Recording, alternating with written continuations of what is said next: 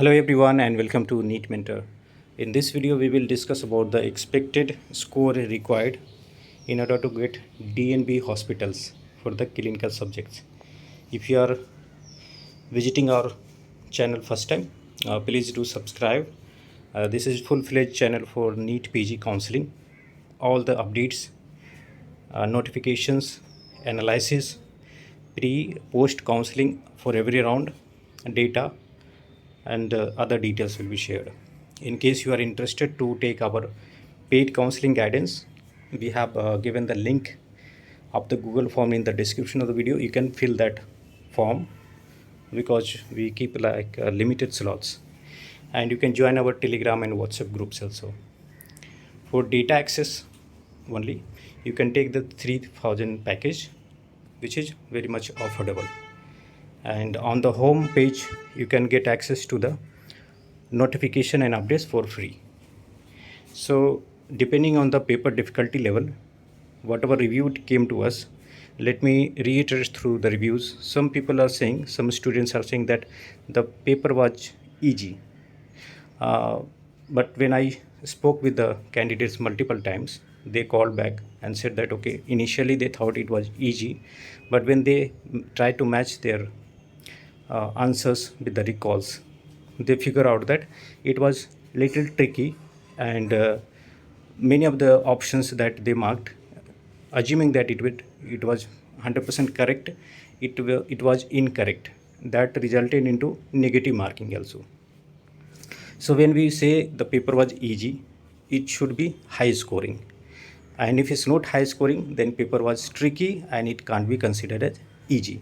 So mostly they are saying that it was kind of moderate paper, okay, but for those who couldn't understand the logic and didn't uh, read it clearly, and they didn't have the clarity on the concepts, okay, and diagnosis, they marked the wrong answer, okay. So ultimately it's resulting into the paper seems easy from the cover, but inside there is a tricky options, and so it won't be as high scoring as they are thinking. It would be like last year, mostly they are saying like last year, okay. So depending on that, I have created kind of like expected marks versus rank mapping, okay. It might get deviated, but won't be much deviation. You can hardly assume like plus minus 10 from what I have given here. For particular example 15,000, I'm saying that 540, so it can go like 520 to 550, 530 to 550, plus minus 10 deviation can be there. So accordingly I have come to the expected score. So based on your score, you can know like which DNB subjects you can get, and what was the closing rank as per the last year is also given for different categories up to round 3. For example, if you go for general medicine, okay, so it went up to third round, it went up to 13,316. Later it went up to 15,000 also, okay. But third round cutoff will be more safe, okay. I don't want to give you our commitment. And if you have a score 550, it should be sufficient, okay, to get general medicine in general category. Similarly, you can check your score and your expected branches in DNB for OBC, EWS, SC and ST categories. Take another example of general surgery.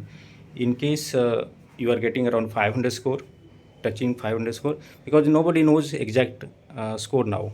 It is in the range of gap of like 15 to 20 marks they are telling. So if you have around 5 marks, you can expect general surgery also. In case you have lesser score, okay, then you can go for other clinical subjects like anesthesia, around 480 to 485, okay. In DNB, the one more important thing is like you have 4 branches where you can go for integrated MCH course after general surgery. In case you want to go for super specialty, you have to write NEET SS like NEET PG, and again counseling will be there. So instead of that, you can go for plastic surgery, neurosurgery, CTVS and all options, okay. For